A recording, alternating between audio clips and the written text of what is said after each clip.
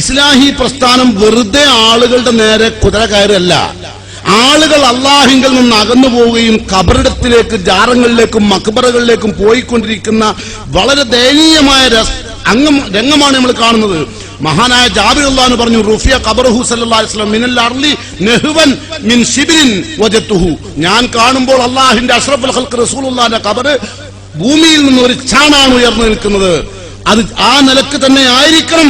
ഒരു ഖബറും ഖബറും മുസ്രിഫായില്ല സവൈത, കെട്ടിപ്പൊക്കിയ ഒരു ഖബറും തട്ടിനിരപ്പാക്കാതെ വിടരുതെന്നാണ് റസൂലുള്ളാഹി സ്വല്ലല്ലാഹു അലൈഹി വസല്ലമയുടെ നിർദ്ദേശം. വലാ തിംസാലൻ, ഒരു വിഗ്രഹവും അതുപോലെ തന്നെ ഉയർന്നു നിൽക്കാൻ പാടില്ല. വളരെ കൃത്യമായി നിർദ്ദേശം നൽകുകയായിരുന്നു മുഹമ്മദ് മുസ്തഫ സല്ലല്ലാഹു അലൈഹി വസല്ലമ. മൊഹീദ്ദീൻ ഷേഖ് പോലും പറഞ്ഞത് യുർഫഉൽ ഖബ്റു മിനൽ അർളി ഖദ്റ ശിബ്രിൻ, ഒരു ചാണാണ് ഉയരേണ്ടത് എന്നാണ് മൊഹീദ്ദീൻ ഷേഖ് തന്റെ അൽ ഖുനിയയിൽ വിശദീകരിച്ചത്. അതുകൊണ്ടാണ് ഞങ്ങൾ ഖബർ കെട്ടിപ്പൊക്കാത്തത്. ഖബർ കെട്ടിപ്പൊക്കിയ അപ്പ ആളുകൾക്ക് പേരെഴുതാൻ തോന്നും. ആദ്യം അങ്ങനെ ചിലവരിങ്ങനെ ബാപ്പനെ ഓർമ്മിക്കാൻ, ബാപ്പക്ക് ജീവിച്ചിരിക്കുന്ന കാലത്ത് ബാപ്പക്കൊന്നും ചെയ്തില്ല. അതുകൊണ്ട് ബാപ്പന്റെ പേര് നന്നാക്കി നമ്പറും അള്ളാന്റെ ഫോൺ നമ്പറും ഒക്കെ കൂട്ടി എഴുതുക. 786 പടച്ചോന്റെ നമ്പർ, ഖബറിന്ന് വിളിച്ച് ഇനി എന്തെങ്കിലും പ്രശ്നം ഉണ്ടെങ്കിൽ തീർക്കാൻ. 30 പേജ് ഇനി അള്ളാഹ്ക്ക് മറന്നുകൊണ്ട അൽ ഹാജ്, ഹജ്ജ് ചെയ്തിട്ടുള്ള അള്ളാഹ്ക്ക് മറന്നുകൊണ്ട അല്ലാണ്ട് ഖബറിങ്ങാട്ടിൽ ആരെ വായിപ്പിക്കാനത്? അപ്പോ ഇങ്ങനെ ഹാജിയാണ്, മൂപ്പര് ഡേറ്റ് ഓഫ് ബർത്ത്, അതുപോലെ ഡെത്ത് ഓഫ് ഡേറ്റ്, ഇതെല്ലാം കൂടി കൂട്ടി ഇതിന്റെ മുകളിൽ എഴുതിയിട്ട് ഒരു ജാറം അവിടെയൊക്കെ ഉണ്ടാക്കി. പിന്നെ ആദ്യം അത് തുടങ്ങുക എങ്ങനെ വെച്ചാൽ, നമ്മളെ മുസ്ലിങ്ങൾക്ക് അറബി, ഖുർആന്, ഹദീസ് ഒന്നും അറിയില്ലല്ലോ. നമ്മളോട് എന്താ പറഞ്ഞത്? നിങ്ങളൊന്നും പഠിക്കേണ്ട, ഒക്കെ നമ്മളായിക്കോളാന്നാണ് മുസ്ലിയാർ പറഞ്ഞത്. ഇസ്ലാഹി പ്രസ്ഥാനം വരുന്നതിന്റെ മുമ്പ് വന്നു കഴിഞ്ഞിട്ടും ഇപ്പോഴും വെളിച്ചം കാണാത്തോടത്തൊക്കെ, നമ്മളില്ലാത്തോടത്തൊക്കെ ഒരിപ്പോഴും പറയല്, നിങ്ങൾ അധികം പഠിക്കരുത്, പഠിച്ചാൽ നമ്മളെ കഞ്ഞിമുട്ടും, നിങ്ങൾ പഠിച്ചാൽ നമ്മളെ കഞ്ഞിമുട്ടും. കാരണം ആളുകൾക്ക് വിവരം ഉണ്ടായാൽ കഞ്ഞങ്ങ് പോകും. പിന്നെ ജാറ വ്യവസായവും മയ്യത്ത് വ്യവസായവും വല്ലാണ്ട് നടക്കൂല കേട്ടോ. അപ്പൊ ഇവര് പറയും നിങ്ങൾ പഠിക്കരുത്. അങ്ങനെയാണ് നമ്മളൊക്കെ പറഞ്ഞ് മുജാഹിദീങ്ങൾ വന്ന കാലുണ്ടല്ലോ, അന്നൊക്കെ ഈ മുസ്ലിങ്ങള് മലയാളം വരെ വായിക്കൂല. അല്ലോ നരകത്ത് പോല്, ആര്യനെഴുത്തല്ലേ, നേരെ ത്രൂ ഔട്ട് പോകാൻ നരകത്തിലേക്ക് അത് വായിച്ചാല്. ഇംഗ്ലീഷ് അല്ലോ വേണ്ടട്ടോ. നമ്മളിങ്ങനെ നരകത്തിൽ യൗമ തുക്കല്ലബു വുജൂഹും ഫിന്നാർ, നരകത്തിൽ ഇങ്ങനെ മുഖം കുത്തി മറിയുമ്പം പോണോല് ചോദിക്കും, where are you going? I am going to നരകം എന്ന് പറയാനുള്ളതാണെന്ന് പറഞ്ഞിട്ട് എല്ലാത്തിനും അതിനും മാറ്റി നിർത്തിയിരുന്നു.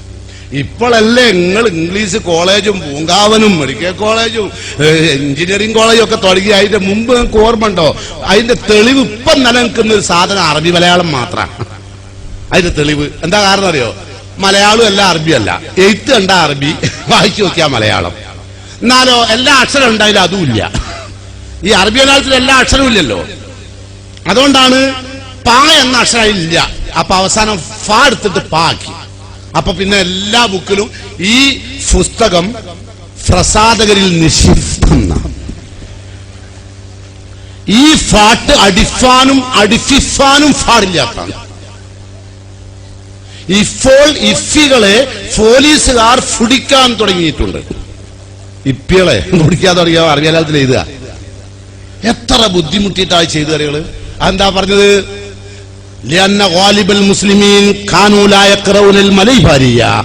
സാധാരണ മുസ്ലിങ്ങൾ മലയാളം വായിച്ചിരുന്നില്ല. കാരണം ആര്യനെഴുത്ത് നരകത്തിലേക്ക് പോകാനുള്ള എന്നാ പറഞ്ഞ് ഇസ്ലാഹി പ്രസ്ഥാനം അവരോട് പറഞ്ഞു, സഹോദരന്മാരെ, അറബി ഭാഷ പോലെ തന്നെ ഒരു ഭാഷയാണ് മലയാളം. അറബി ഭാഷയ്ക്കൊരു പ്രത്യേകതയും കൂടിയുണ്ട്, അത് ഖുർആന്റെ ഭാഷയാണ്. ഇത് മലയാളം നമുക്ക് ഇവിടെ മരിക്കോളം പറഞ്ഞു പിരിയാനുള്ള ഭാഷയാണ്. അതുകൊണ്ട് പഠിക്കണം. അങ്ങനെ പഠിക്കണം എന്ന് പറഞ്ഞിട്ട് പറ്റൂല. പിന്നെന്താ, നമ്മൾ ഈ പഠിക്കണം എന്നുള്ളതിന് പിന്നെ പഠിച്ച് കഴിഞ്ഞപ്പോ പെണ്ണുങ്ങളൊക്കെ ആണുങ്ങൾക്ക് അന്ന് കത്ത് ചെയ്ത് തുടങ്ങി. അങ്ങനെ കത്ത് എഴുതിയപ്പോഴാണ് സുലൈഖ കൊലക്കേസ് ഉണ്ടായത്.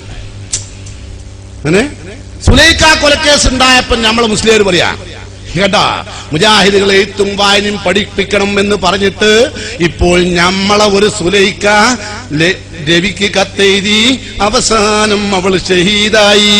ആര്? പ്രേമലേഖനം എഴുതിയിട്ട് ഷഹീദായത്. ഇത് പറഞ്ഞ് അവര് പറഞ്ഞ ഭാഷ എങ്ങനെ ഒരു പദ്യശകലാണ്.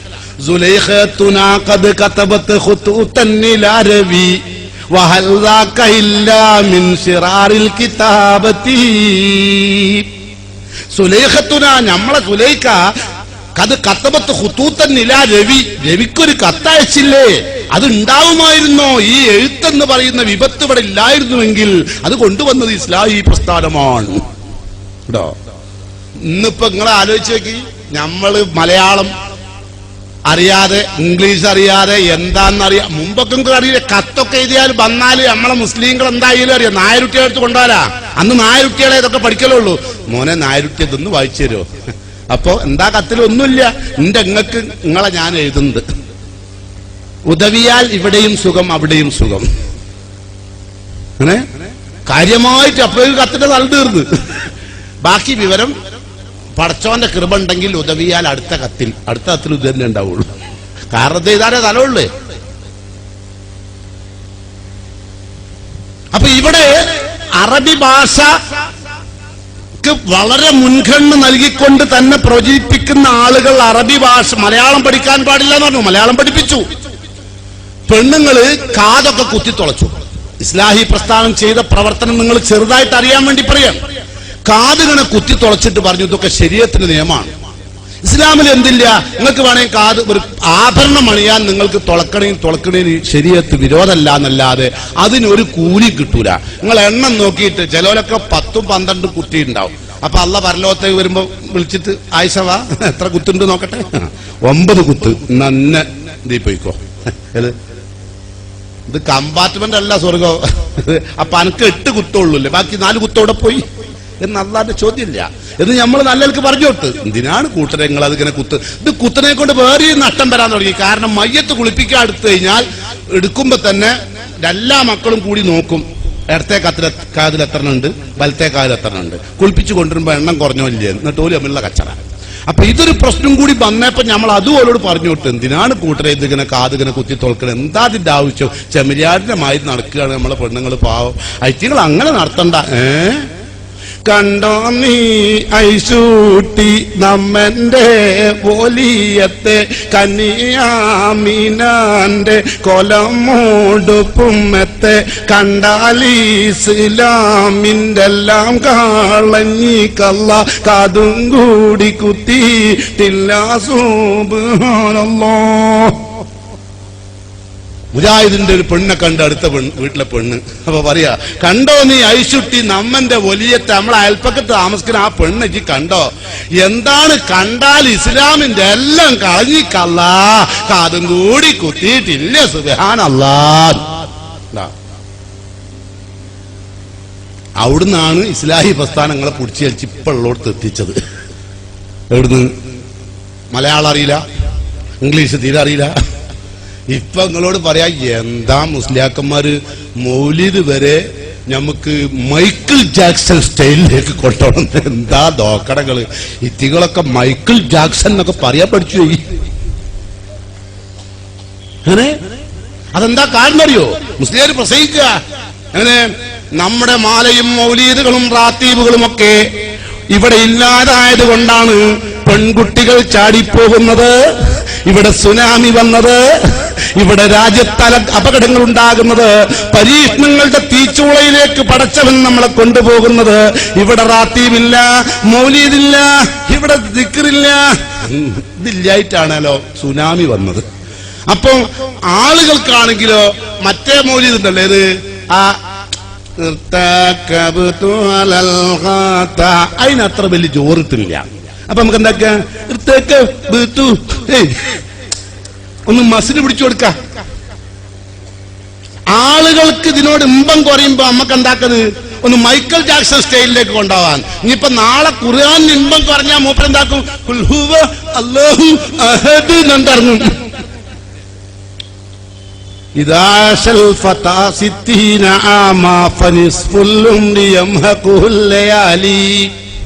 രാത്രി അമുക്കാവെന്ന് പറഞ്ഞിട്ടില്ലേ? വിഡ്ഢി, ഭയങ്കര പമ്പര വിഡ്ഢിയ. എന്നിട്ട് അതിനിങ്ങനെ കൈയും കാലും വെച്ചിട്ട് ഇങ്ങനെ നടക്കുക. എന്നിട്ട് എന്താണ്, എന്തെങ്കിലും പറഞ്ഞിട്ട് ആളുകളെ അള്ളാഹുകൾ നകറ്റുക. അങ്ങനെ ചെയ്തുകൊണ്ടിരിക്കുന്ന ഒരു സമൂഹത്തിന്റെ മുമ്പിലാണ് ഇസ്ലാഹി പ്രസ്ഥാനം ഇസ്ലാഹ് ചെയ്യുന്നത്. ഇതുപോലെ തന്നെ നമ്മൾ ഇസ്ലാഹി പ്രസ്ഥാനം രംഗത്ത് വന്നപ്പോൾ വളരെ കൃത്യമായി ജനങ്ങളോട് ഈ മലയാള ഭാഷ പഠിക്കണം എന്ന് പറഞ്ഞല്ലോ. മലയാള ഭാഷ പഠിക്കണം എന്ന് പറഞ്ഞതിന്റെ പിന്നിൽ ഇസ്ലാഹി പ്രസ്ഥാനത്തിന് ഒരു ലക്ഷ്യമുണ്ട്. എന്താ? ജനങ്ങളുടെ ഭാഷയിൽ വെള്ളിയാഴ്ചയിലെ ഖുത്ബ പഠിപ്പിക്കാം. സല്ലല്ലാഹു അലൈഹി വസല്ലം മലയാളത്തിൽ ഒരു ഖുത്ബ കൊണ്ടുവന്നെന്ന് പറഞ്ഞാൽ സുന്നത്ത് ജമാഅത്തിന്റെ മുഴുവൻ പണ്ഡിതന്മാരും നിങ്ങളെ കൂടെ നിൽക്കാം. കേൾക്കുമ്പോ ആള് വിചാരിക്കുന്നത് അതിനൊരു തെളിവാട് കൊടുത്താൽ നന്നായിട്ട് പോരൂലേ? അതിന് തെളിവ് കൊടുത്താൽ ഉണ്ടാകുക കാര്യങ്ങള് മനസ്സിലാ? നബി മലയാളത്തിൽ ഖുത്ബ നടത്തി തെളിയിച്ചാൽ എന്തുണ്ടാവും? അറബികളോട് നബി മലയാളത്തിൽ പ്രസംഗിച്ചിട്ടുണ്ട്, അതുകൊണ്ട് ഖുത്ബ തീയണ്ടയില്ല, അതുകൊണ്ട് വന്നു തരിക അല്ലെ? അപ്പൊ മൊയ്‌ലിയാർ എന്താ തെളിയിക്കേണ്ടത്? നബി സല്ലല്ലാഹു അലൈഹി വസല്ലമ അറബിയിൽ അറബികളോട് സംസാരിച്ചപ്പോ തമിഴിലാണ് പ്രസംഗിച്ചത് തെളിയിക്കേണ്ടത് നിങ്ങളാ. ഏതെങ്കിലും തരത്തിൽ കഴിയില്ല. റസൂലുള്ളാഹി സ്വല്ലല്ലാഹു അലൈഹി വസല്ലം വായന പറഞ്ഞ മലയാളത്തിൽ? റസൂലുള്ളാഹി ആയിഷ ബീവിയോട് ചായ കൊണ്ടുവരാൻ പറഞ്ഞ മലയാളത്തിലാണോ? ഒക്കെ അറബിയിലല്ലേ? അപ്പം നമ്മൾ നോക്കേണ്ടത് റസൂലുള്ളാഹി സ്വല്ലല്ലാഹു അലൈഹി വസല്ലം തത്വത്തിൽ എങ്ങനെയാണ് ആ പ്രവൃത്തി ചെയ്തത്. റസൂലുള്ളാഹി സ്വല്ലല്ലാഹു അലൈഹി വസല്ലം മിമ്പറിന്റെ മുകളിൽ കയറിയാൽ നബി എങ്ങനെ ചെയ്തു? അതാണ് ഇസ്ലാഹി പ്രസ്ഥാനം ജനങ്ങളോട് പറഞ്ഞത്. എന്താ കേട്ടോളൂ. നബി സല്ലല്ലാഹു അലൈഹി വസല്ലം ഒരിക്കൽ മിമ്പർമ കയറി ഉടനെ തന്നെ ഒത്ഫാൻകാരനായ സുലൈഖ് എന്ന് പറയുന്ന ഒരു മനുഷ്യൻ കടന്നു വന്നു. അദ്ദേഹം വന്ന ഉടനെ തന്നെ തഹിയ്യത്ത് നിസ്കരിക്കാതെ പള്ളിയിൽ വന്നിരുന്നു. നബി സല്ലല്ലാഹു അലൈഹി വസല്ലം മിമ്പറിന്റെ മുകളിൽ ഖുത്ബ നടത്തുകയാണ്. നബി ചോദിച്ചു സുലൈഖിനോട്, ആ സ്വല്ലൈതയാ സുലൈഖ് നീ നിസ്കരിച്ചോ? അറബി കേട്ടോ, മിമ്പർമല നബി ഉള്ളത്, നീ നിസ്കരിച്ചോ? കാല അദ്ദേഹം പറഞ്ഞില്ല, ഇല്ല. കും എഴുന്നേൽക്ക്, ഫർക്ക റക്കായത്തെ 2 റക്കായത്ത് നിസ്കരിക്കുകയായിരുന്നു. ഇന്നിപ്പോ ഒരാൾ വന്ന് അയാള് നിസ്കരിക്കാണ്ട് അവിടെ ഇരുന്ന് ഖത്തീബ് മിമ്പറിന്റെ മുകളിൽ നിന്ന് ആ സ്വല്ലൈതയാ അബ്ദുറഹ്മാൻ നിസ്കരിച്ചോ? മൂപ്പർക്ക് പേര് മനസ്സിലായി, മൂപ്പരതാന്ന് അല്ലേ? എന്താ ഇയാള് അബ്ദുറഹ്മാൻ വിളിച്ചു പറഞ്ഞു? ഇയാൾ എന്തൊക്കെ പറഞ്ഞു? ഇയാൾക്ക് ഭ്രാന്തായോ? ഞാൻ അറബിയാന്ന് ഇയാൾ തിരിച്ചോ? ഞാൻ നമ്മളെ മരക്കാർക്കെന്റെ മോൻ അബ്ദുറഹ്മാൻ അല്ല എന്നെങ്ങാനും വിചാരിച്ച ഇയാൾ ഞാൻ അറബിയറ്റാന്ന് വിചാരിച്ചു. ഇയാൾ എന്നോട് അബ്ദുറഹ്മാൻ വിളിച്ചു പറഞ്ഞു. മോൻ ആകെ ബേജാറാവും അല്ലേ? അപ്പൊ റസൂലുള്ളാഹി സ്വല്ലല്ലാഹു അലൈഹി വസല്ലം സാന്ദർഭികമായി വരുന്ന പ്രശ്നങ്ങളെ സാന്ദർഭികമായി മിമ്പറിൽ നിന്ന് തന്നെ കൈകാര്യം ചെയ്തിരുന്നു അല്ലെ? അത് മനസ്സിലാക്കിയ മുജാഹിദുകളായ ആളുകൾ, അതും പഠിച്ചെടുത്ത ഇമാമുകൾ, ഏത് ഇമാമ്? നമ്മൾ എല്ലാ മദ്ഹബിന്റെ ഇമാമുകളെയും വാനോളം വാഴ്ത്തുകയും ഒരു മദ്ഹബിന്റെ ഇമാമുകളെയും തള്ളിപ്പറയുകയോ ചെയ്യാത്തവരാണ്. പക്ഷെ അവര് പറഞ്ഞെടുത്താണ് ഞങ്ങൾ നിൽക്കുക.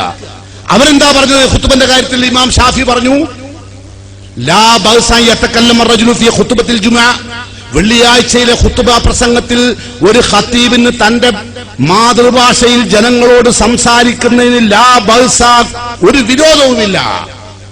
അറിയോ എവിടെ പറഞ്ഞത്? കിതാബുൽ ഉമ്മിൽ. മുജാഹിദ് പ്രസ്ഥാനവും സുന്നികളും തമ്മിൽ ജുമുഅ ഖുത്ബ വിഷയം വെച്ച് വാദപ്രതിവാദം നടത്തിയപ്പോൾ ഈ ഉദ്ധരണി ഉദ്ധരിച്ചപ്പം അന്നത്തെ മർഹൂം ഇ.കെ. അസം മുസ്ലിയാർ പറയാണ്, ലാ ബഅസ, ബഅസില്ല എന്നാ പറഞ്ഞത്. അപ്പം ബഅസിന്റെ അർത്ഥം പറയുമ്പോൾ നേരം പോയിക്കോളം പറഞ്ഞിട്ട് വലിയ അറിഞ്ഞില്ല.